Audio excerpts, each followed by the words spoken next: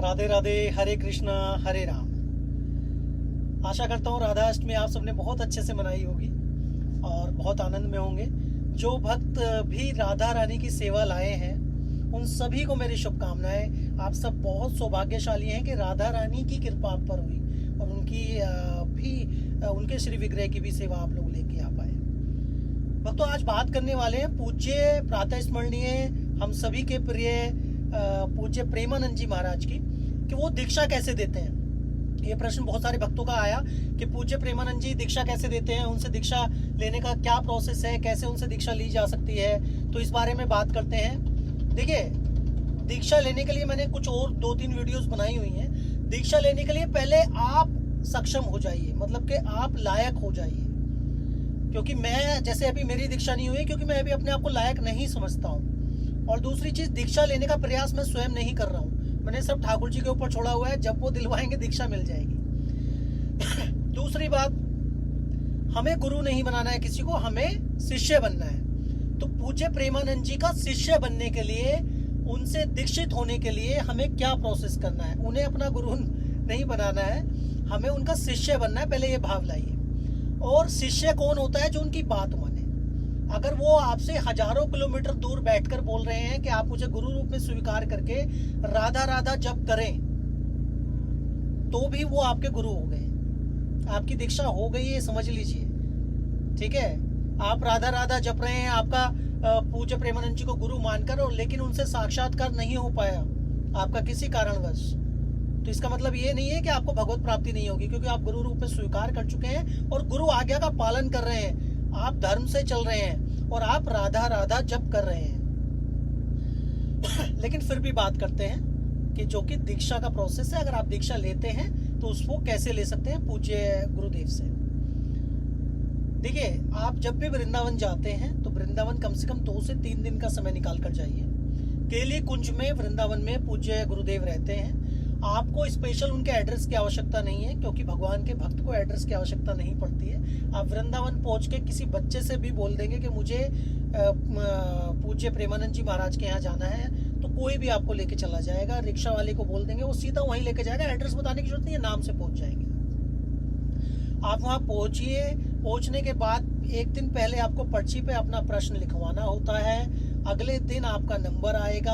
आप अगले दिन नंबर आने के बाद, क्योंकि भक्तों की बहुत भीड़ है और ना वहाँ कोई वीआईपी ट्रीटमेंट नहीं है, कि ऐसा नहीं है कि आप गरीब हैं या अमीर हैं तो आपको पहले या बाद में नंबर आएगा। सबके लिए समान है। गुरुदेव का जो व्यवहार है, उनके जो अनुयायी हैं, वो सबके लिए समान व्यवहार है। अब करना क्या है कि आपने प्रश्न लिखवा दिया कि हमें गुरुदेव आपसे दीक्षित होना है। अब आप अगले दिन जब आप गुरु के समक्ष होंगे, गुरुदेव के, तो वहाँ आप अपना प्रश्न आपका जो है उनके अनुयायी रखते हैं कि दीक्षा लेने के इच्छुक है, आप दीक्षा लेना चाहते हैं। और या फिर आप उनके गुरुदेव के अनुयायी से भी पर्सनली अगर बाहर मिलते हैं और उनसे पूछते हैं दीक्षा का प्रोसेस, तो वो भी दीक्षा का प्रोसेस बताएंगे। लेकिन मैं वो प्रोसेस आप सबको बता रहा हूँ अगर आप दीक्षा लेने के इच्छुक हैं। तो जब आप पूज्य प्रेमानंद जी से ये प्रश्न करेंगे तो मैं आपको बता दूं, डायरेक्ट दीक्षा नहीं मिलेगी, किसी को नहीं मिलेगी कि आप जाएं और जाते ही आपको प्रभु ने मंत्र दे दिया, गुरुदेव ने मंत्र दे दिया। ऐसा कोई बिरला ही भाग्यशाली हो सकता है, या जिनकी आयु बहुत ज्यादा कम बची हो या बहुत ही वृद्धावस्था हो, तो पूज्य गुरुदेव शायद कृपा करके उन्हें मंत्र दे देते हैं, दीक्षा दे देते हैं। लेकिन जो हमारे और आपकी तरह सक्षम है, युवा अवस्था है, सही है, स्वस्थ है, तो उनके लिए गुरुदेव सबसे पहले कुछ नियम बताते हैं। वो नियम है, गुरुदेव कहते हैं कि आप पहले राधा राधा नाम जप करें। ठीक है, राधा श्रोत का पाठ करें, राधा कृपा कटाक्ष का पाठ करें, आप हित 84 का पाठ करें। आप ऐसे कुछ नियम गुरुदेव आपको देते हैं कि आप 1 वर्ष तक ये नियम का पालन करिए। मांस, मदिरा और आपका शराब, ये सब चीज़ों का आप सेवन ना करें। सात्विक भोजन करें और खूब प्रभु का नाम जप करें। वृंदावन की रज धारण करें, तिलक धारण करें राधा वल्लभ संप्रदाय का। और 1 वर्ष के बीच में, जैसे आप 1 वर्ष का नियम दिया, तो बीच बीच में जब आपको समय मिले आप आते रहिए गुरुदेव से मिलने के लिए। ठीक है, गुरुदेव को सब पता होता है। गुरुदेव स्वयं भगवत रूप होते हैं, ये समझिए बात को। तो उन्हें सब पता है कि आप क्या कर रहे हैं, क्या नहीं कर रहे हैं। तो 1 वर्ष का जो उन्होंने नियम दिया है आपको, राधा कृपा कटाक्ष का या फिर राधा नाम जप का या फिर हित 84 के पाठ का या भागवत पुराण के पाठ का, जो भी उन्होंने नियम दिया है वो आप पूरी निष्ठा के साथ 1 वर्ष तक पूरा करिए, उसे फॉलो करिए। उसके बाद आप पहुंचिए, तब आपको गुरुदेव दीक्षा देंगे।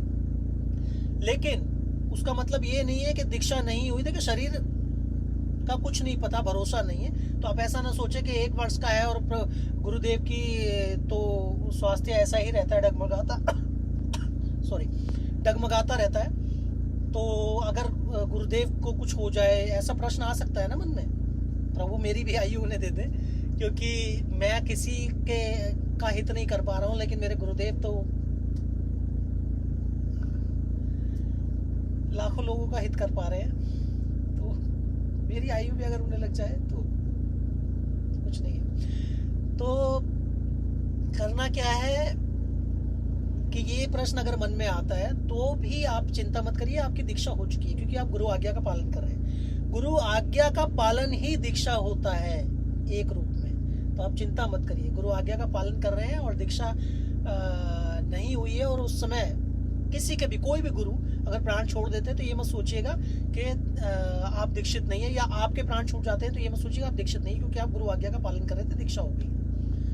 तो इसलिए आनंद में रहिए, ये प्रोसेस है, गुरुदेव की इच्छा पर निर्भर है, गुरुदेव जो नियम बताएंगे उस पर निर्भर करता है। और पुरानी आप भक्तमाल पढ़ें, भक्तमाल में आप भक्तों का चरित्र पढ़ें, तो जिनकी भी दीक्षा हुई है, गुरु ने बहुत परीक्षाएं लेने के बाद दीक्षा दी है। मैं बार बार कहता हूँ, सबसे कहता हूँ कि दीक्षा लेने में जल्दबाजी मत करिएगा। दीक्षा कोई हलवा नहीं है कि बट रहा है भंडारे में आप सबने ले लिया।